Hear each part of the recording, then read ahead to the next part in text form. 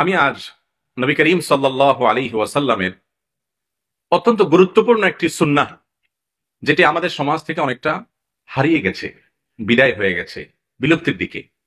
সে সুন্নাহ নিয়ে কিছু কথা বলতে চাই। আর সে সুন্নাহটি হলো মেসওয়াকের সুন্নাহ। মেসওয়াকের সুন্নাহ শুনলেই আমাদের মনে হয় এটা বোধহয় দাঁত পরিষ্কার করার কাজ শুধুমাত্র এই দ্বারা হয়।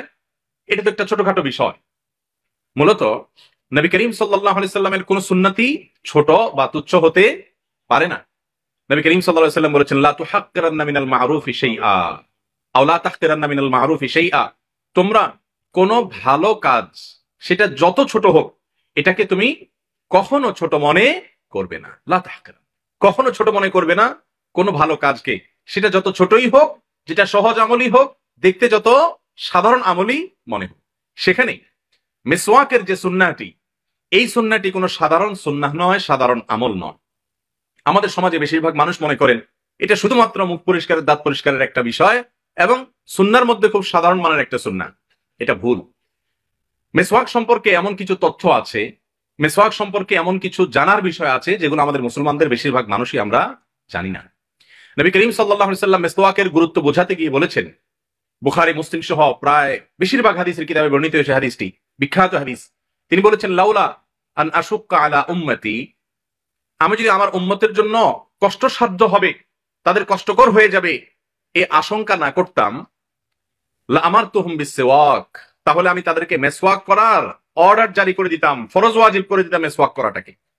এই কাজটা আমরা যত সাধারণ মনে করি, যত ছোট কাজ মনে করি, যত সিম্পল কাজ মনে করি, নবী করিম সাল্লাল্লাহু আলাইহি ওয়াসাল্লাম এটাকে সেভাবে দেখেননি। কত গুরুত্বপূর্ণ কাজ হলে তিনি মেসওয়াক করাটাকে ওয়াজিব এবং ফরজ করে দিতে, নির্দেশ জারি করতে তিনি চেয়েছেন।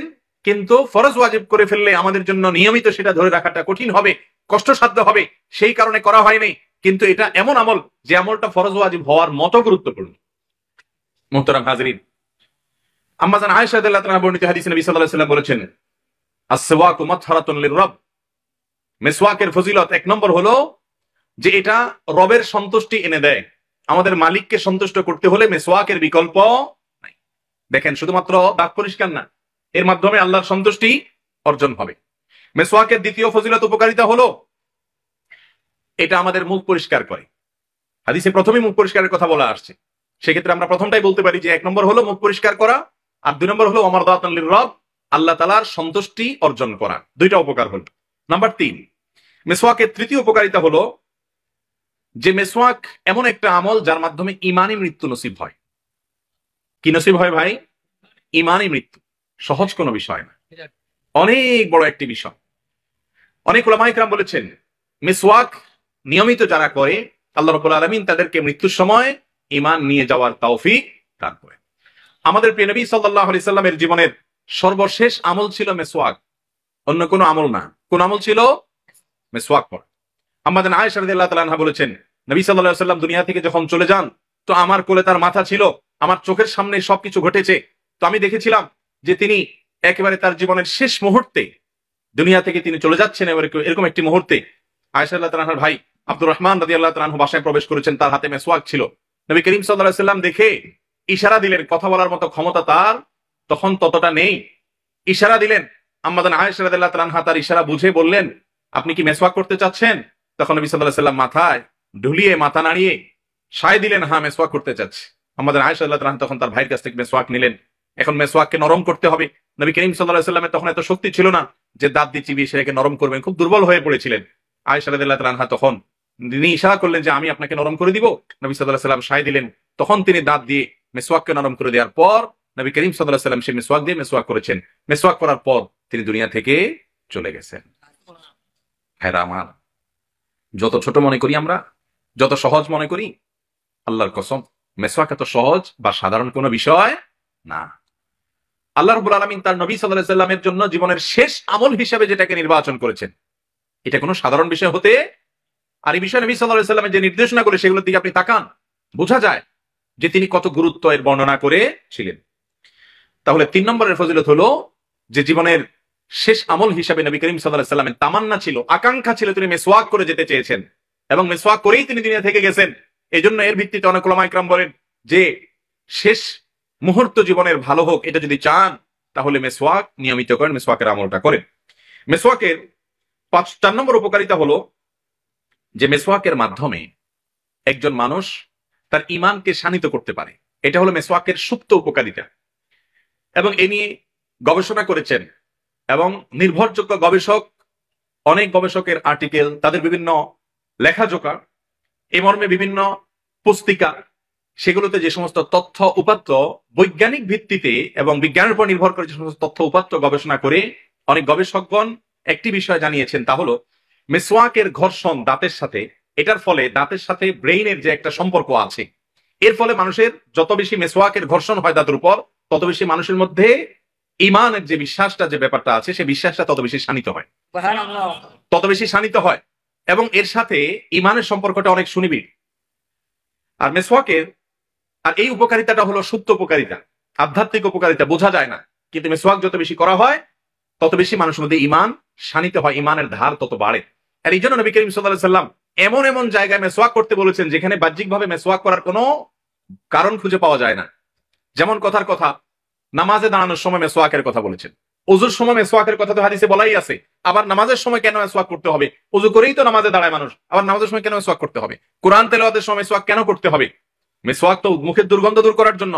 একজন মানুষ নামাজ পড়বে, কোরআন তেলাওয়াত করবে, বাসায় গিয়ে নবী করিম সাল্লাল্লাহু আলাইহি সাল্লাম প্রথমে কাজটা করতেন, রোজা রেখে দিনে বেলা মেসওয়াক করতেন কেন? সাধারণত আমরা কিছু কিছু সময় মেসওয়াক করার, দাঁত পরিষ্কার করার গুরুত্ব বুঝি, কারণ মুখে দুর্গন্ধ হয়, দূর করতে হয়, যেমন ঘুম থেকে উঠার পরে মেসওয়াক করতে হয়, বোঝা যায়। কিন্তু এর বাইরে নবী করিম সাল্লাল্লাহু আলাইহি সাল্লাম এমন অনেক জায়গায় মেসওয়াক করতে বলেছেন যে জায়গাগুলোতে মুখ পরিষ্কার করার মতো কোনো গুরুত্বপূর্ণ ইস্যু পাওয়া যায় না, সেখান থেকে বোঝা যায় এই মেসওয়াক, এটা কোরআন তেলাওয়াতের সময়, নামাজের সময়, জীবনের শেষ মুহূর্তে, এরকম গুরুত্বপূর্ণ অনেকগুলো টার্নিং পয়েন্ট আপনি দেখবেন, বিশেষ করে ইবাদতের গুরুত্বপূর্ণ মুহূর্তগুলোতে মেসওয়াকের কথা তিনি বলছেন। এখান থেকেও বোঝা যায় মেসওয়াকের সাথে ইমানের সম্পর্ক অনেক সুনিবিড়।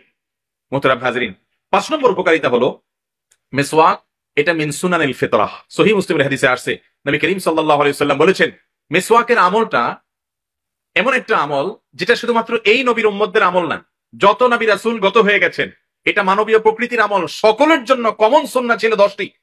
এই 10টি কমন সুন্নাহর মধ্যে একটি হলো মেসওয়াক করা, মিন সুনানিল ফিতরাহ, প্রকৃতিগত সুন্নাহ, সকলের জন্য প্রযোজ্য ছিল, আছে এবং কিয়ামত পর্যন্ত থাকবে, এরকম গুরুত্বপূর্ণ একটা আমল হলো কি করা ভাই? মেসওয়াক করা।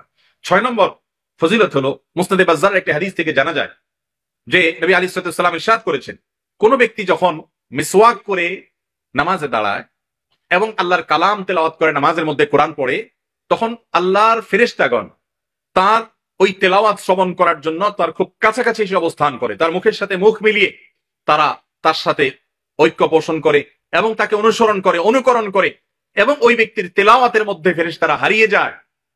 নবী করিম সাল্লাল্লাহু আলাইহি ওয়াসাল্লাম এই হাদিস বলার পর বলেছেন, ফাতাহহিরু আফওয়াহাকুম লিল কুরআন, অতএব কোরআন তেলাওয়াতের জন্য তোমাদের মুখকে তোমরা পরিষ্কার করো মেসওয়াকের মাধ্যমে।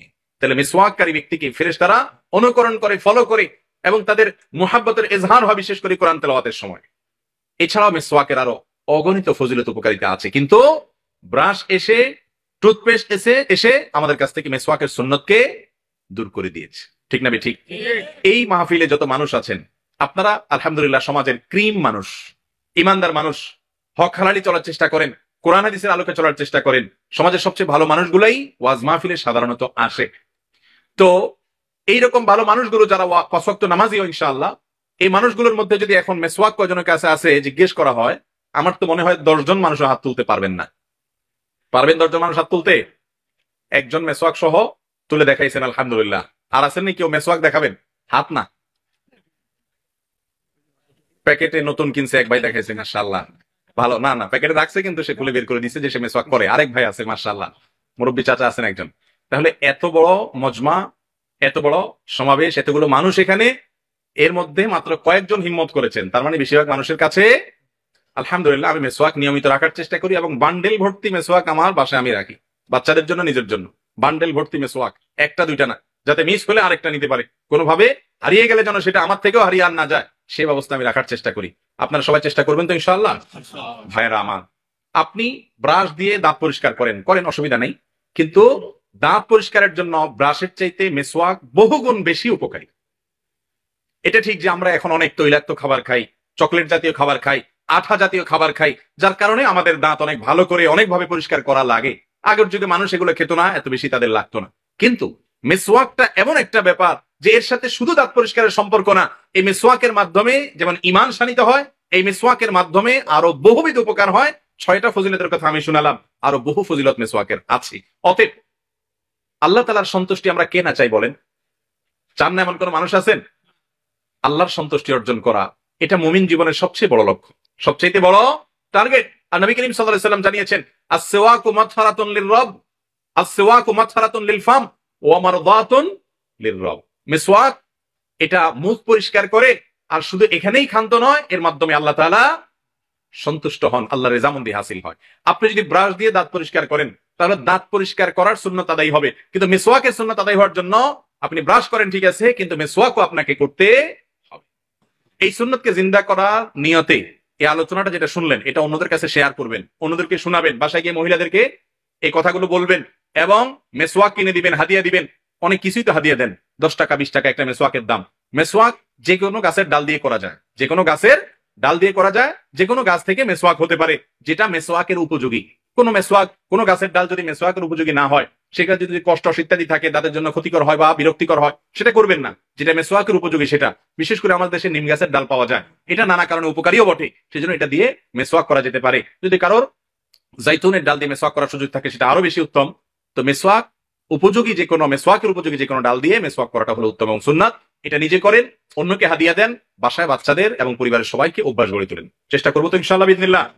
যেহেতু সমাজ থেকে হারিয়ে গেছে ভাই, নবী করিম সাল্লাল্লাহু আলাইহি ওয়াসাল্লাম বলেছেন, মান সান্না সুন্নাতান হাসানাতান, মান সান্না সুন্নাতান হাসানাতান ফালাহু আজরুহা ওয়া আজরু মান আমিলা বিহা।